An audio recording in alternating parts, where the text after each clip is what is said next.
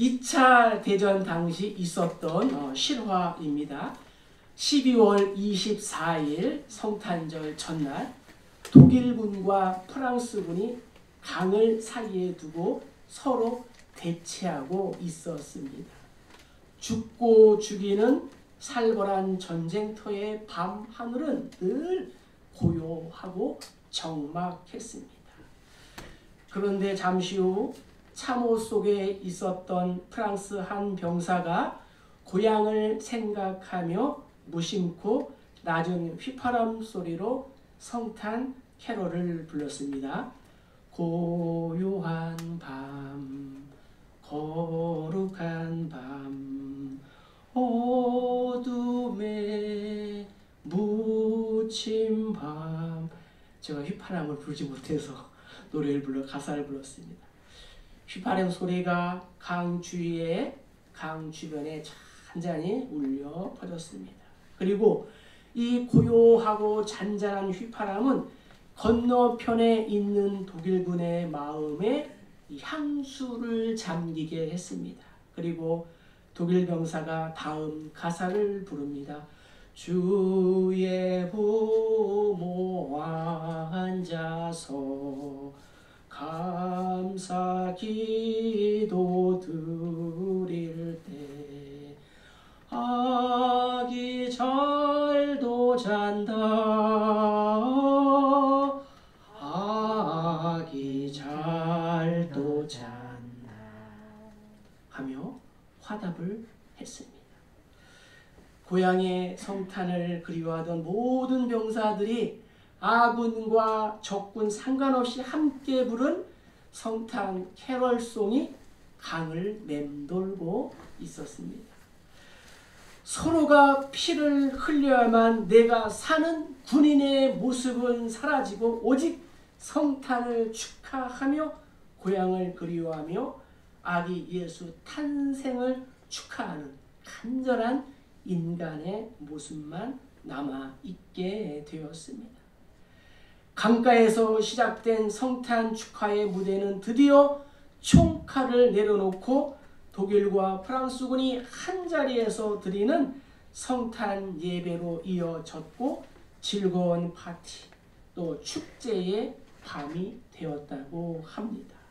이렇게 예수 그리스도의 탄생의 소식은 하늘에는 영광이요 전쟁과 질병으로 가득한 땅에는 평화의 소식인 줄로 믿습니다. 당시 예수님 탄생 상황은 이러했습니다. 1절에 한번 보세요. 그때에 가이사 아구스도가 영을 내려 천하로 다 호적하라 하였으니. 본문에 등장하는 이 아구스도는 로마의 황제 옥타비아누스입니다. 그가 천하로 호적을 하라라는 명령을 했습니다. 여기에서 천하라는 그러한 뜻은 사람이 살고 있는 땅을 말합니다. 그러니까 인구 조사를 명령한 것이었습니다. 로마가 호적을 하라고 한 이유는 군대의 징집이나 세금 징수를 하기 위함이었습니다.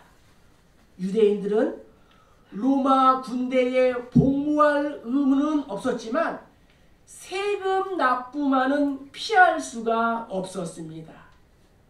인구 조사는 각 사람이 태어난 이 고향에서 하는 것이 관례였습니다. 이렇게 많은 불편을 감수하며 자기의 고향까지 가서 호적을 하는 것은 유대의 호적 제도를 따른 것이었습니다. 이 호적에는 성명과 직업과 재산과 친척 관계를 기록했습니다. 따라서 요셉은 다윗의 족속이므로 마리아와 함께 호적을 하기 위해서 북쪽 갈릴리 나사렛에서 이 고향인 남쪽 베들레헴까지 가게 되었습니다.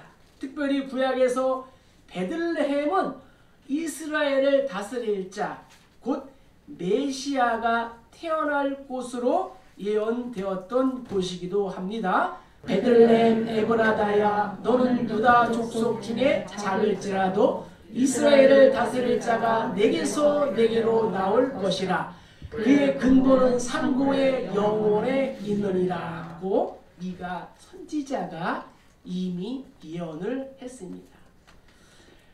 당시 여자들도 호적을 해야 했는데 여자는 자신이 직접 고향에 가서 할 필요는 없었습니다.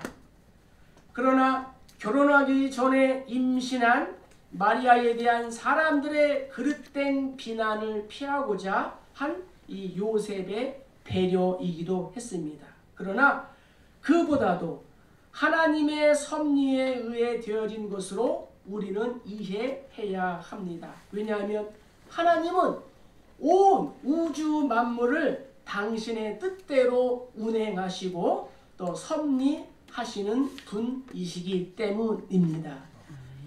당시 호적을 하기 위하여 많은 사람들이 동서남북에서 베들레헴으로 몰려들었기 때문에 요셉과 마리아는 묵을 여관이 없었습니다. 임신한 마리아의 위급한 상황을 모두 보고서도 그들에게 숙박 장소를 양보해 주는 사람은 아무도 없었습니다.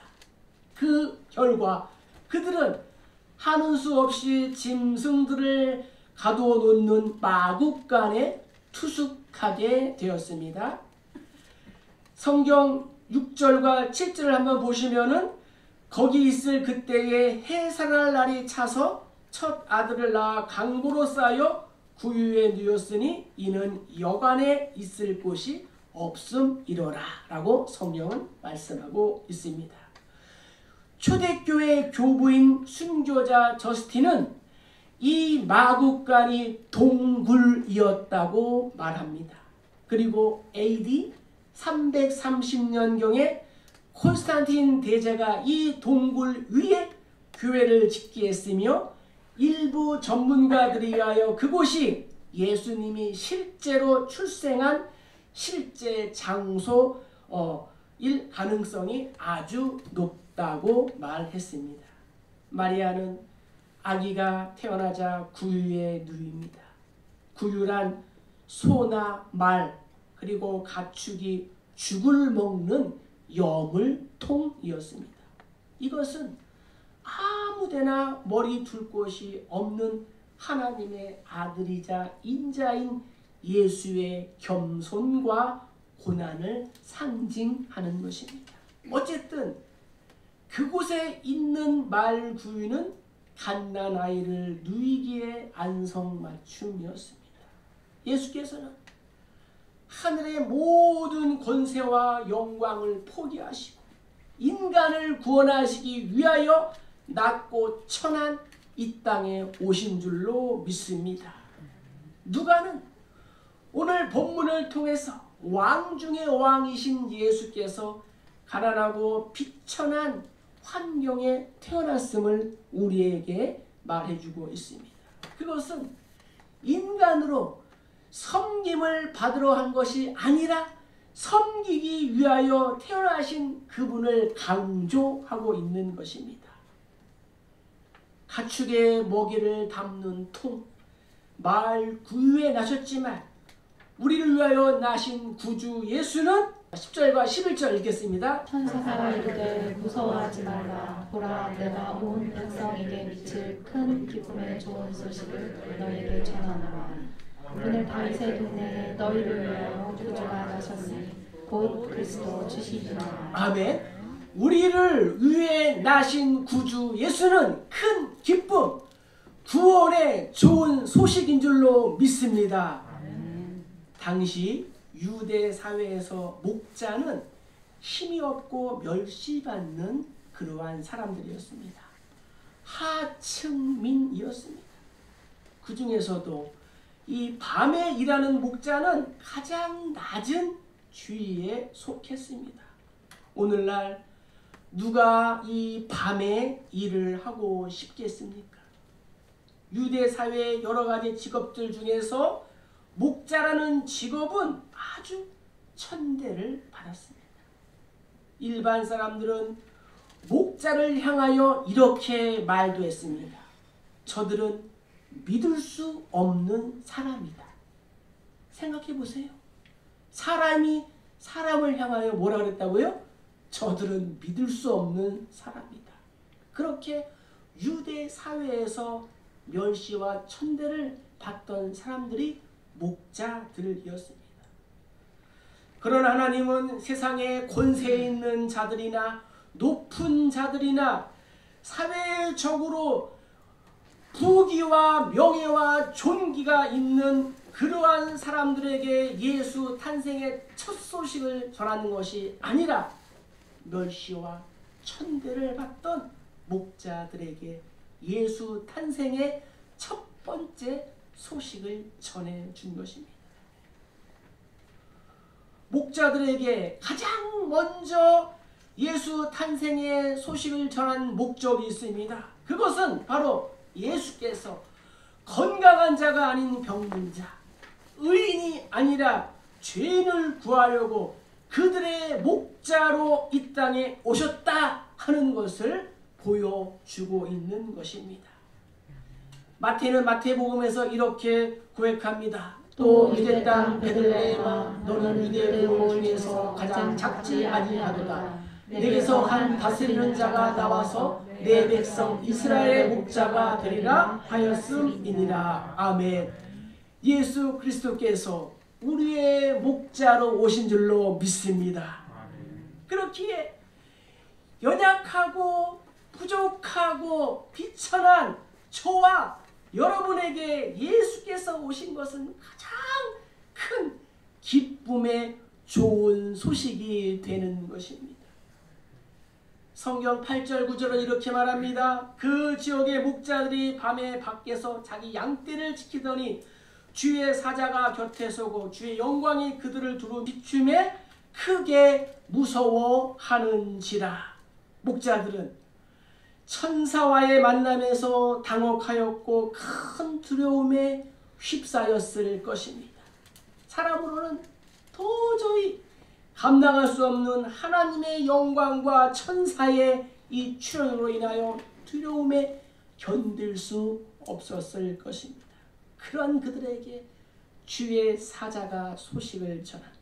주의 사자가 목자들에게 전한 소식은 무엇입니까? 온 백성에게 미칠 큰 기쁨의 좋은 소식인 줄로 믿습니다. 이 기쁜 소식이란 예수 그리스도의 탄생 소식을 말합니다. 예수 그리스도께서 이 땅에 오신 이 자체가 큰 기쁨의 소식이며 예수 그리스도의 전생에는 곧 복음이다 라고 말씀드릴 수가 있는 것입니다. 우리가 억만금짜리 선물을 받아도 구원 선물을 못 받으면 아무런 소용이 없는 것입니다. 예수의 탄생이 나에게 큰 기쁨의 좋은 소식이 되는 이유는 그분이 바로 나의 구주가 되시기 때문입니다. 할렐루야. 지금 비록 갓난아이의 모습으로 초라한 마을 구유에 누워 계시지만 그분이 바로 저와 여러분을 죄와 죽음에서 건져주실 유일하고도 완전하신 구세주이시기 때문인 것입니다. 그래서 11절 뭐라고 그럽니까? 오늘 다윗의 동네에 너희를 위하여 구주가 나셨으니 곧 그리스도 주시니라고 성경은 기록하고 있습니다. 그리스도 주, 이 원어를 보면은 크리스토스 퀴리오스, 즉 그리스도는 주고 크리스토스 퀴리오스, 즉 그분이 바로 메시아하고 주님이다 라는 그러한 의미가 담고 있습니다. 이스라엘의 여러 사사들 중에 하나, 사사기에 나오는 여러 사사들 중에 어떤 또 다른 구원자 사사가 아니라 우리의 진정한 구주라는 사실을 성경은 우리에게 알려주고 있는 것입니다. 따라서 내가 부족하고 내가 연약할수록 예수께서 오신 것이 더 크게 기뻐하며 즐거워할 수가 있게 되는 것입니다. 성탄절, 오늘 나는 어떠한 일로 기뻐해야 할까요? 고단한 상황과 환경에 있을지라도 예수께서 오신 것 그 자체가 나에게 큰 기쁨인 줄로 믿습니다. 그래서 예수님은 하나님이 저와 여러분에게 주신 선물인 것입니다. 자, 이 순간 놀라운 일이 벌어집니다. 우리를 위하여 나신 구주 예수 탄생을 위해서, 자, 13절 14절 읽겠습니다. 그러니 수많은 천군이 그 천사들과 함께 하나님을 찬송하여 이르되 지극히 높은 곳에서는 하나님께 영광이요 땅에서는 기뻐하신 사람들 중에 평화로다 하니라. 아멘. 수많은 천군 천사들이 찬양을 하고 있습니다. 하나님께는 영광, 땅에는 평화. 호련히 수많은 천군 천사들이 나타나서 하나님을 찬송합니다. 수많은 천군 천사들이 나타나 부른 찬양은 예수의 탄생이 하나님과 사람 모두에게 선한 영향력을 미치는 우주적인 역사적인 사건이다 라는 것을 알려주는 것입니다. 공포하는 것입니다. 선포하는 것입니다. 그래서 예수의 탄생은 먼저 하나님께 영광인 것입니다. 그분은 온 세상을 창조하시고 타락한 인간의 구원에 대하여 관심을 가지고 계셨습니다. 그래서 모든 것을 계획하시고 준비하셨다가 때가 참에 자기 아들을 이 땅에 보내신 것입니다. 예수께서 사람이 되신 이 성육신 인카네이션은 하나님의 능력과 권위를 가장 분명하게 드러내도록 하나님이 행하신 일이기 때문에 하나님 자신께는 영광이 되는 것입니다. 하나님은 당신이 계획하신 이 구원의 계획이 결실을 맺기 위하여 첫 발을 내딛는 예수의 탄생을 그 누구보다도 기뻐하신 줄로 믿습니다. 그러기에 수많은 천군 천사들이 하나님께 먼저 영광의 찬송을 올려드린 것입니다. 그 후에 땅 위에 있는 사람들에게 평화를 선포합니다. 평화는 헬라어로 에이레네, 히브리어로는 샬롬입니다. 하나님이 미리 정하여 택하신 성도들을 구원하여 하나님의 나라의 의와 평강과 희락을 회복시키기 위하여 하나님이 기뻐하신 사람들 중에 평화다라고 천군 천사들이 찬양하고 있는 것입니다. 이 평화는 하나님과의 관계가 회복될 때에 비로소 누릴 수 있는 그리스도의 특권이라는 것입니다. 그런데 이것은 아무에게나 주어지는 것이 아니라 하나님이 선택하신 사람들 중에 주어진다라고 성경은 말씀하고 있습니다. 따라서 하나님의 기뻐하신 사람들 중에 평화라는 것은 예수를 믿어야만 한다는 것입니다.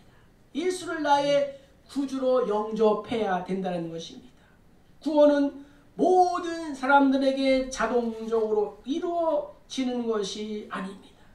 하나님의 은혜에 예수님의 초청에 반응하는 사람들만이 주께서 이끄시는 평화의 참된 나라로 들어갈 수 있게 되는 것입니다. 하나님께는 이 영광, 땅에는 평화인 예수께서 탄생하신 오늘 나는 어떠한 소식에 귀를 기울이고 있습니까? 나의 마음과 발걸음은 어디를 향하고 있습니까? 내가 가는 곳마다 예수 그리스도의 이 평화의 소식이 전해져야 될 줄로 믿습니다. 천사들의 이 찬송을 들은 목자들은 하나님께서 하신 일을 보러 가기로 결정을 합니다. 그리고 천사가 이야기한 것과 같이 똑같은 이 구유에 누인 한 아기를 발견합니다. 그래서 기쁜 소식을 들은 사람은 이렇게 합니다. 15절부터 17절까지 읽겠습니다. 천사들이 떠나 하늘로 올라가니 목자가 서로 말하되 이제 베들레헴으로 가서 주께서 우리에게 알리신 바 이 이루어진 일을 보자 하고 빨리 가서 마리아와 요셉과 구유에 누인 아기를 찾아서 보고 천사가 자기들에게 이 아기에 대하여 말하는 것을 전하니 사명자, 증인의 삶을 살아가야 한다는 것입니다. 우리가 잘 아는 강철왕 카네기는 이런 말을 했습니다. 성공의 비결 중 첫 번째는 가난한 가정에서 태어나는 데 있다고 했습니다. 실로 역사상 훌륭한 인물들 중에는 가난하게 태어난 사람들이 비교적 많이 있습니다. 우리 주 예수 그리스도께서도 초라한 마을 구유에 태어나셨습니다. 그러나 예수 그리스도의 탄생은 우리 인간의 출생과는 달리 하나님의 특별한 섭리 속에 이루어졌습니다. 예수님의 탄생은 하나님의 성육신이기 때문에 예수는 얼마든지 부유한 가정에서 존귀하게 태어날 수 있었습니다. 그럼에도 예수께서 가난한 이 목수의 가정, 그것도 마을 구유에 태어났으니 이것은 곧 하나님의 섭리 가운데 이루어진 경이로운 출생이라 아니할 수가 없는 것입니다. 천사를 통해서 자신들에게 알려주신 것을 목자들은 말합니다. 우리가 꼭 보자 라고 말했습니다. 그리고 성경에 이제 베들레헴으로 가서 이 이제라는 이 단어는 강조를 위한 접두사예요. 그래서 본문에서는 긴급성을 강조합니다. 그러니까 목자들이 매우 흥분한 상태에서 갓난 아이가 있는 장소로 급하게 달려갔다는 사실을 우리에게 알려주고 있는 것입니다. 목자들은 천사들로부터 들은 이야기를 듣고 적용했다는 거예요. 가서 보자, 찾아서 전하자. 목자들은 예수를 보기 위하여 빨리 달려갔습니다. 목자들의 경우를 통해서 우리가 배워야 할 것 중에 하나는 하나님의 말씀에 우리는 즉각적으로 반응하고 순종하는 사람이 되어야 한다는 것입니다. 목자들은 마리아와 요셉 그리고 구유에 누워있는 아기 예수님을 만났고 천사들이 자신들에게 말한 것을 그대로 다 전하였습니다. 목자들은 자신들에게 주어진 사명에 충실히 감당해왔고 놀라운 복음의 첫 증인이 되는 영광을 누리게 되었습니다. 성육신하신 예수에 관한 가장 좋은 소식을 처음으로 전하는 영광스러운 자리에 있게 되었다는 것입니다. 그 자리에 함께 있던 모든 사람들은 목자들의 이야기에 놀랄 수밖에 없었습니다. 성경 18절 19절을 보세요. 듣는 자가 다 목자들이 그들에게 말한 것을 놀랍게 여기되 마리아는 이 모든 말을 마음에 새기어 생각하니라. 이들이 놀란 이유는 무엇입니까? 예수가 그리스도시며 구원자, 구세주이기 때문이었습니다. 한편 목자들이 전한 말을 들은 마리아는 지금 자신에게 일어나고 있는 그 모든 것을 마음에 새기고 생각했습니다. 생각하니라. 이 말은 이 사건, 성육신 사건에 대하여 지속적으로 숙고하였다, 간직하였다, 보호하였다 라는 것을 의미합니다. 오늘날 말씀을 대하는 우리 또한 그저 한 번 듣고 마는 이 반응이 아니라 마리아와 같이 마음에 새기고 깊이 생각하는 가운데 늘 말씀을 나의 삶 속에 적용하며 살아가야 하는 것입니다. 성도인 우리는 들은 말씀을 믿어서 믿음으로 받아들이고 내 삶과 어떠한 연관이 있는지를 생각하고 하나님의 뜻을 알고 하나님께 영광을 돌리는 삶을 살아야 할 줄로 믿습니다. 이제 목자들은 자신들이 이 성육식 사건, 큰 기쁨의 좋은 소식에 동참하게 된 것을 자랑스럽게 생각하며 자신들의 삶의 자리로 돌아갔습니다. 사랑하는 성도 여러분들, 이제 말씀을 마칩니다.